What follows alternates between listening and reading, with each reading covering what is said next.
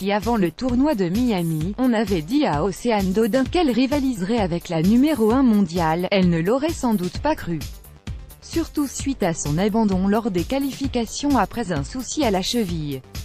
Finalement repêchée et suffisamment rétablie pour jouer, la 98e mondiale a passé le premier tour sans encombre avant de se retrouver sur le Central de Miami jeudi soir, face à Simona Halep. Après avoir remporté le premier set 6-3, la jeune Française s'est inclinée dans le second sur le même tarif, avant de mener 4-2, service à suivre, dans le troisième. Puis de s'écrouler, trahi notamment par son service, 43% de première seulement et 16 doubles fautes au total. J'aurais préféré prendre 2 bulles, un scénario qu'elle avait beaucoup de mal à digérer, à chaud, après la rencontre. Je suis dégoûtée, j'aurais limite préféré me prendre 2 bulles que de faire ça, parce que là ça dégoûte de mener 4-2 et de ne pas réussir à gagner, rageait la nordiste de 21 ans. Ce service catastrophique me coûte la victoire. Là je suis dégoûtée du tennis, c'est terrible, j'ai jamais connu ça, j'ai pété mon téléphone sur le mur, j'ai même dit à mon père que j'allais arrêter le tennis, rire.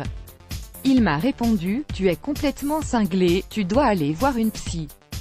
Tu fais 7-5 au troisième contre la numéro 1 mondiale et tu veux arrêter le tennis, si ça peut la rassurer, elle n'a pas été la seule tricolore à dire au Soleil Florin jeudi soir. Alizé Cornet a été battue par Anastasia Sevastova au terme d'un match accroché, 7-5, 6-4, tandis que Caroline Garcia n'a jamais existé face à l'américaine Alison Riske, 6-3, 6-1. Une défaite bien décevante pour la numéro 7 mondiale, en grande difficulté depuis le début de saison. Caroline Garcia ne s'en fait pas, je ne suis jamais rentrée dans mon match, elle m'a mis beaucoup sous pression, et je n'ai jamais réussi à m'imposer, à dominer comme j'aime le faire, donc c'était difficile, a analysé la Lyonnaise après sa défaite. La préparation s'est pourtant bien passée, je me suis bien adaptée aux conditions, mais après, ça ne s'est pas mis en place sur le match aujourd'hui. Chaque défaite est difficile, que le score soit serré ou pas. Déjà éliminée en huitième de finale d'Indian Wells la semaine passée, Garcia ne s'inquiète pas pour autant. Chaque défaite est une expérience et j'essaye d'apprendre de cette expérience. Ça ne m'inquiète pas parce que ce n'est pas comme ça que je fonctionne.